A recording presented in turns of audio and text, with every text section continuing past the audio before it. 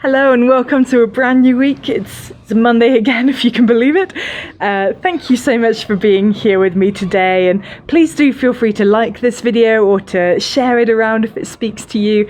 And you can also subscribe to this channel if you want to be alerted every time there are new thoughts from the Bible or any other videos about our lives here as missionaries in this beautiful country of Uganda. A few days ago, I started watching the Chosen series. I caught the first few episodes on YouTube.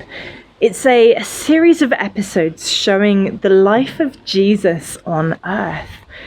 And it's well worth a watch if you haven't had a look yet.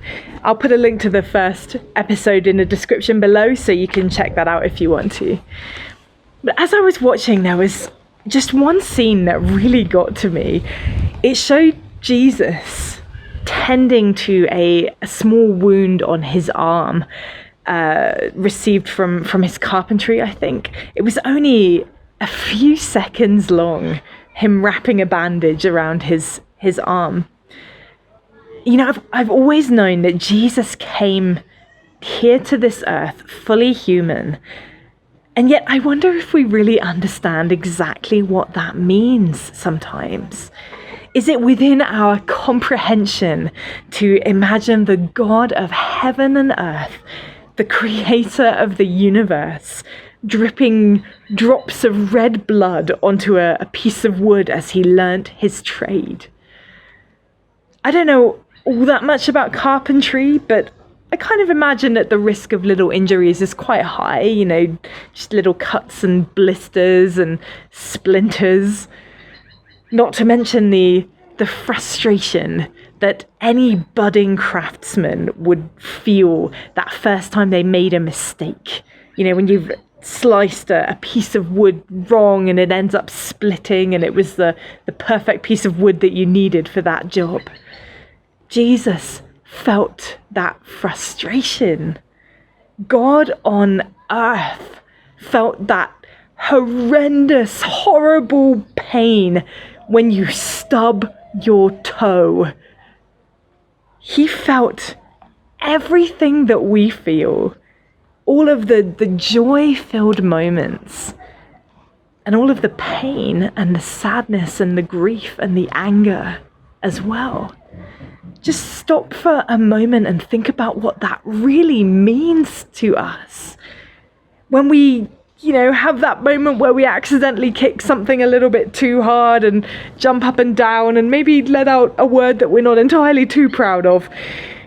I can picture Jesus sat at the right hand of God, wincing a little bit on our behalf and kind of looking at the Father and saying, "Oh, I felt that one. I remember that pain."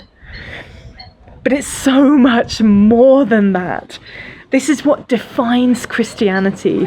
It's that God himself gave up his deity to come down to earth, to experience every emotion, every feeling, every hurt, every temptation that is common to man.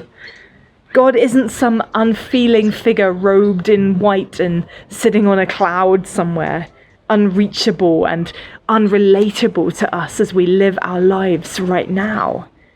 He came to earth as a man, and now as he sits with nail-pierced hands, having felt greater pain than we will ever feel, his arms are open, and he willingly tells us to come to him, to bring him every problem and every pain, knowing that he understands each and every one of those things. Christianity isn't a ticket to living life free from any of that stuff. It's just knowing that we have a God who understands it, who has been through it, and who helps us in each and every one of those situations. See, when you feel alone and abandoned, he felt it too. When you feel broken and beaten down by this world, he felt it too.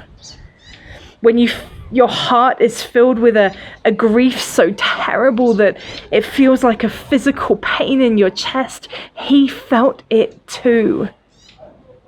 When you are lost and directionless in not knowing which way to turn, he felt that too. There is nothing that you will ever go through, nothing that you will ever face that God on high does not understand, because he went through it all himself. You are not alone today. You will never be without somebody who understands how you are feeling right now. Bring your joy and your confusion and your pain and your frustration and your anger to him. He will understand. And more than that, he will show you a way through it. The Bible tells us in Hebrews chapter 4, verses 15 and 16, we do not have a high priest who is unable to empathize with our weaknesses, but we have one who has been tempted in every way, just as we are, yet he did not sin. Let us then approach God's throne of grace with confidence, so that we may receive mercy and find grace to help us in our time of need. We can approach God's throne with confidence because Christ Jesus understands. He was tempted in every single way that we are. He faced every emotion that we have ever felt. And yet he did not sin. And because of that sinlessness, he has made a bridge for us so that we can reach that most holy place, so that we can enter into the very throne room of God, so that we can receive all of the mercy and the grace that we require in any time of need. God understands you. He is not removed from you. We're all in a bit of a time of need right now, aren't we? Even though lockdown restrictions are easing in many places around the world, we're still living with the fear and the frustration and the worries for the future of our world in light of this coronavirus.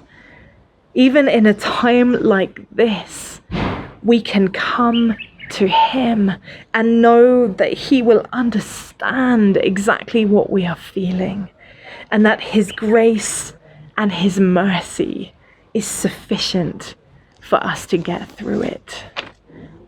Don't suffer in silence today, I encourage you. Whatever you're feeling, whatever you're thinking, bring it to the God who understands. Bring it to the high priest who went through everything that we are going through.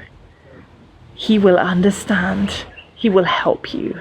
He will give you the grace and the mercy that you need right now to get through whatever time of need you may be facing.